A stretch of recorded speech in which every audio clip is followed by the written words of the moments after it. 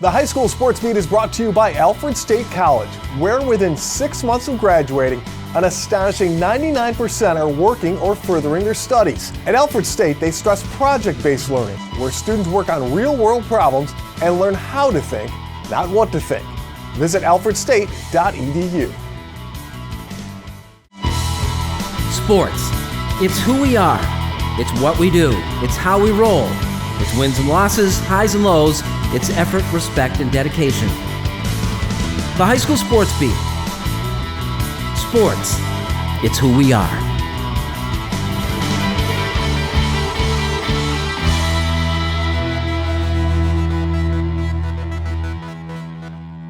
Hello, everybody, and welcome to the High School Sports Beat brought to you by Alfred State College.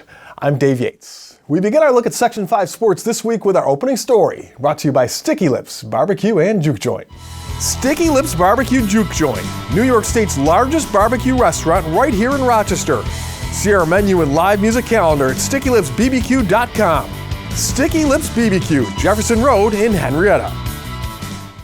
The Mendon Girls basketball team, led by Coach Todd Julian, don't rest on their laurels. They won the Federation title last year and are ranked number 2 in the state this year. And the Vikings use the Christmas break not to rest, but as a chance to play another state-ranked team. Here's Paul Gotham. I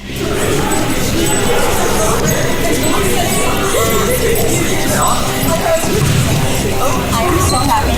I walked in and The first Friday of January featured a battle of state-ranked squads as the Pittsford Mendon Lady Vikings welcomed Section 4's Maine Enwell Spartans. Winners of 5 in a row, Mendon came into the game ranked number 2 in the state. The record of 7-1, the reigning New York State and Federation champs had outscored their previous 5 opponents by an average margin of nearly 21 points. Maine Enwell was 4-0 entering the contest. These kids play a lot of AU, so we were talking before the game, it's a little bit like an AU game, right? We're going to see this team for the first time we see them warm up. And I think that's good for our kids because they're going to have to adjust on the fly. There's no pregame film. We're going to have to adjust on the fly. Hopefully it'll be a great learning experience for our kids to be able to do that.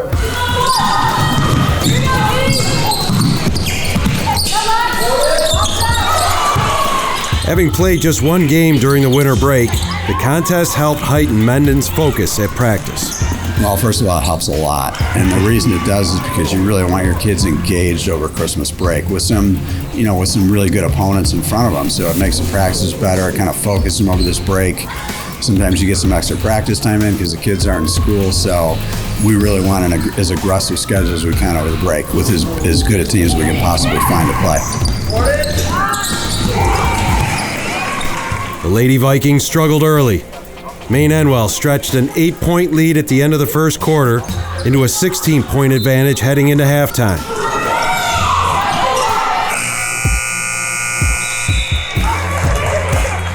I think it's just a level of intensity that we need to figure out, and that loss was completely on us. They're a great team, but we blamed ourselves for that loss, and I just think that's something we need to fix, and we can beat any opponent that we're going to face this year in Section 5, Section 6, any level in New York State.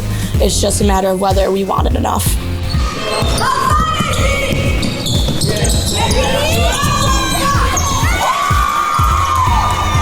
Senior Katie Bishoping paced a second-half rally. The St. Thomas Aquinas commit connected on back-to-back possessions to help the Lady Vikings get within single digits heading into the fourth quarter.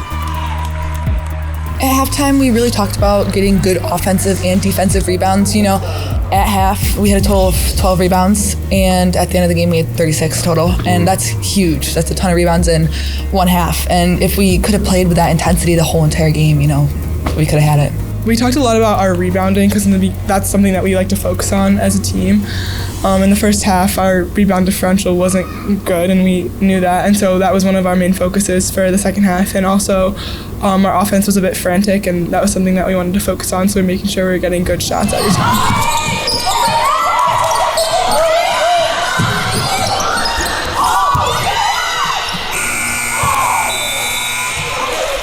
We can do this. We're down so much, but 10-point game now. We can come up. We can win this. It kind of sparked a realization for me and everyone that, like we were last year, the comeback kids, we can still come back and win this game. we know we could do it, but it's nice to like okay, like we've got this, like we got to get on a roll, and just it's exciting.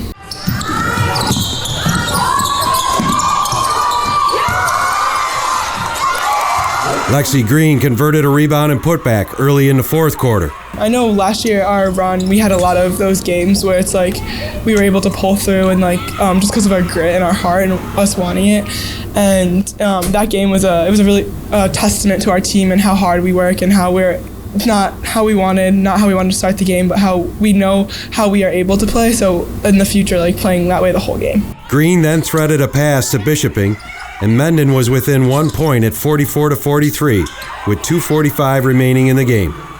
Basically, we're proud of our effort to make a comeback, but we don't want to dig ourselves in that hole in the first place. And that's something we've been talking about a lot. And if we can play with that intensity that we played with at the end of the game the whole time, I think we'll have much better results.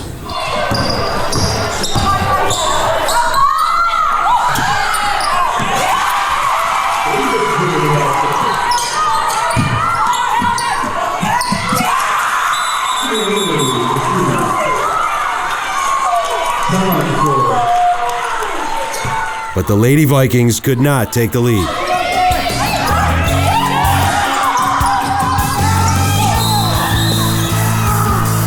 Mendon fell to 7-2 on the season with a 53-51 loss. Both of the Lady Vikings setbacks this season have come to teams outside Section 5, with Williamsville south of Buffalo Section 6 taking a 62-60 decision in early December. Well, we'd rather lose now and win in the postseason. You know, it helps us learn and helps us kind of realize that, you know, we need to step it up. We have to have our heart in it, and we have to play as a team, which we did not do in the first half. From Pittsford Mendon High School, this is Paul Gotham with the High School Sports Beat, brought to you by Alfred State College.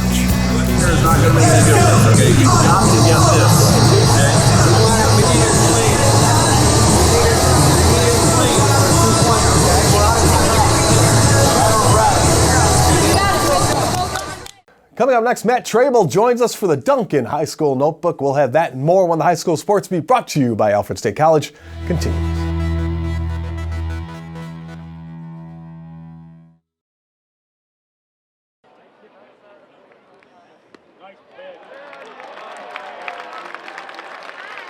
When Girl Scout ingenuity meets Dunkin' coffee, you get a cup of can-do.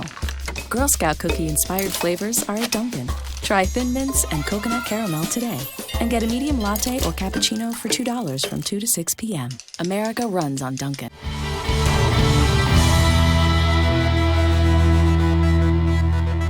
Hello, everybody, and welcome to the High School Sports Beat, brought to you by Alfred State College. I'm Dave Yates. It is time now for the High School Notebook, brought to you by Dunkin'. America runs on Dunkin'. We are joined once again this week by Matt Trabold. Matt, thanks for coming back. Thanks for having me. Matt, we're going to start this week talking a little puck, and later on we're going to talk about the Gates-Chili hockey team, but another team out west making some noise, Spencerport Rangers.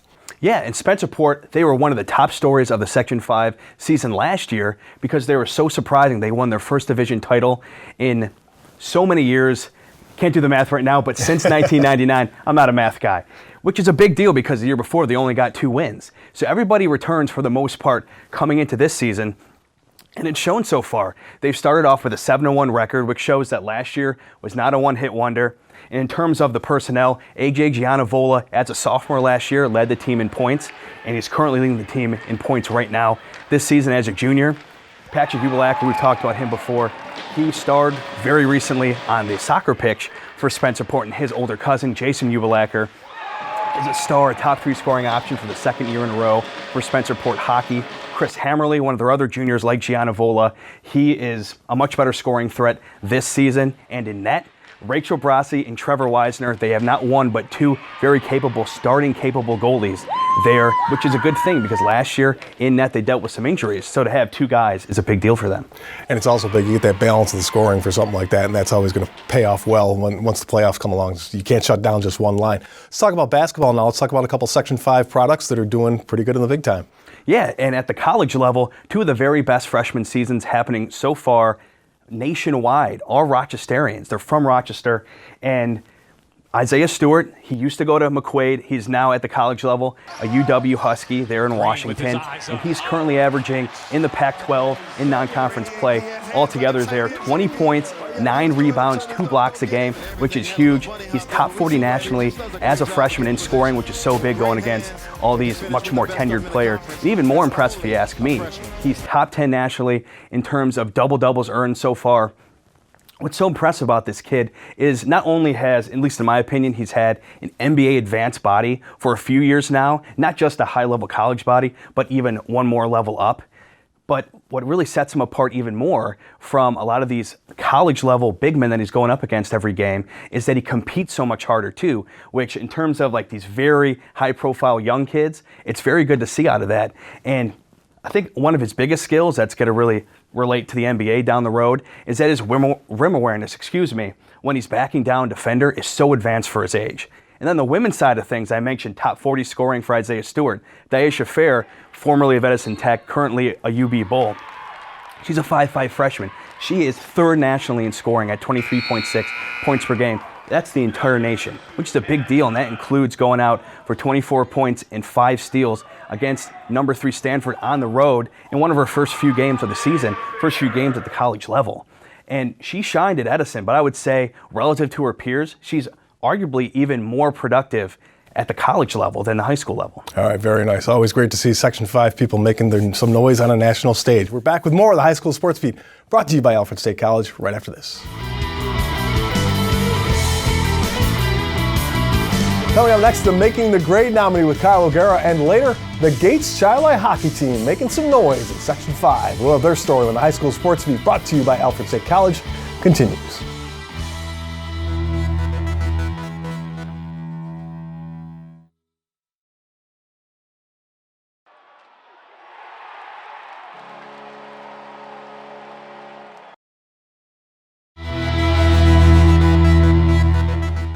Welcome back, and thank you for watching the High School Sports Beat, brought to you by Alfred State College. Hit the ground running at alfredstate.edu. I'm Kyle O'Gara. Making the grade this week is Bishop Kearney senior Michelle Rosati. Michelle is a decorated volleyball, softball, and track runner for the Lady Kings. Michelle has been on the Bishop Kearney volleyball team since she was in 7th grade and has racked up an impressive amount of titles since then. She's a 2-time volleyball sectional champion with multiple all-state team picks and is a state champion in softball. She is a member of the National Honor Society, is a student body leader, and maintains a 3.6 GPA in the classroom. Michelle has committed to play Division III volleyball at the College at Brockport starting next year. Well, this week, Michelle Rosati is making the grade. If you have a student in mind for our Making the Grade segment, we want your nominations. Send them into mtg@rocksportsnow.com. And now here's Dave with the McArdle Section 5 Spotlight.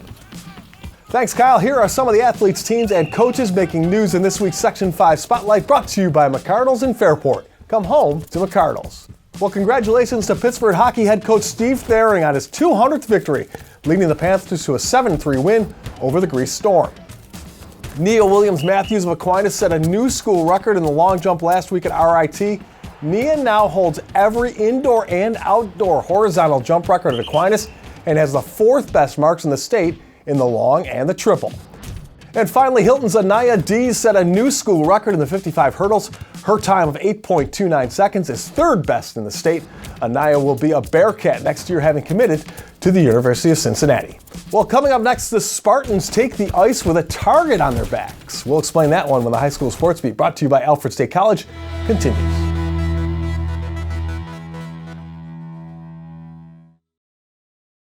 And now to Eichel. He floated one.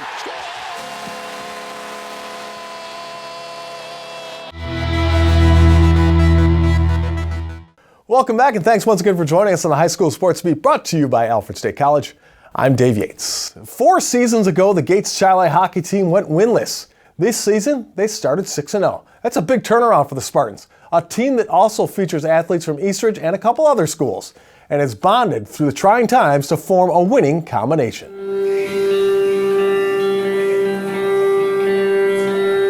When you've been coaching a team for 20 years, you get to see plenty of ups and downs. Just ask Joe Jalen. 4 years ago, his Gates-Chili hockey team went without a win. Definitely one of the downs. But this season, the Spartans are on the other end of things, starting the year with 6 straight wins.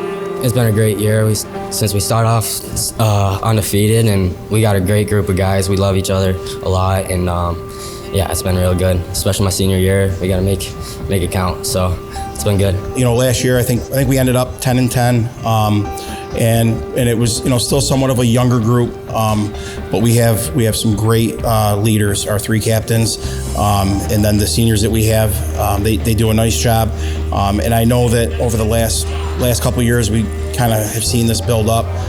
So we were excited for this season, and we started off really hot. It's been special, and we're looking to just get back to it and build off it, and hopefully get back on the winning side of things. Getting back to those winning ways was the main theme over the holiday break. They fell in back-to-back contests before getting a couple weeks off. It gave them time to think about what went wrong and make sure that didn't happen again. It's been a long 2 weeks. I know we're all itching to get back at it and kind of right the ship. The last 2 games were close. One was overtime. The other one was a 3-2 game as well. And we played hard. We competed. Came up a little short. I'm hoping that the group learned from that and that we start the new year off on the right foot. We got after it right away. Jumped on a couple teams that I guess a couple people wouldn't expect us to beat, but we were ready to go, and we ran into some trouble lately, but we'll get back on track. We're all right. We need to learn how to come out strong as we are at the last couple minutes of the game and just apply the full pressure the whole game. Being all right means taking care of what you need to, and the coach wants them to think about a couple things in particular.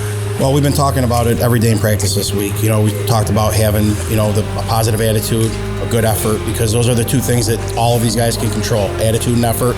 And I think they will. I think they're ready to get back and start the year off, and I think they're chomping at the bit too. Those 2 losses last month might have been a slight bump in the road for the Spartans, but it's better to get them out of the way sooner rather than later. Yeah, I'd rather have it early on, like it was. We came off. We had a great weekend winning the Hilton tournament there.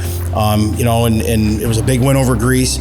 I'm not saying that the guys or the group looked past Batavia Notre Dame. We knew that they were going to work hard. And they have some good players. But they threw something at us a little different, and it just kind of ran out of time. We tied it up and got into a little penalty trouble right at the end there, and it just didn't go our way. So I'd rather learn then than later in the season. Like a lot of teams in this area, the Spartans don't just have players from Gates-Chili on their roster. Schmidt, the team's leading scorer, is one of 3 from Eastridge. Wayne and Wheatland-Chili are also represented. It's an adjustment that has gone pretty smoothly for one simple reason. It's hockey. We're out there, we're having fun. It's easy to get along when we're 6-0 and winning. Yeah, I love hanging out with the boys every day, coming to practice and working hard, and then messing around in the locker room, having fun. It's all fun. It's not really being from different schools and everything. It doesn't really pose a problem at all. Couple days it took to get to know everybody, but they're all family now, and we love coming here. 4 years ago, when we started this, how were we gonna mesh everybody? Coming from different things, but you know what? At the same time, they all play travel hockey, so they're all from different towns with that. So that was a minor concern, but I think it's about the kids that we have, and I can't say enough about the group that we have. Our captains and the whole group, they're a great bunch of kids, and they get along well, and it makes it easier for us not having any little problems in the room or anything. They've been tremendous. I mean, it's really a fun group, and I'm glad that they're having success. They deserve it, especially the seniors who, 4 years ago, didn't win a game, and every year has gotten better, and so it's nice to be, seeing a little bit of reward right now. Not winning a single game in the first year, that hurt a lot. So we come a long way, and it feels pretty good.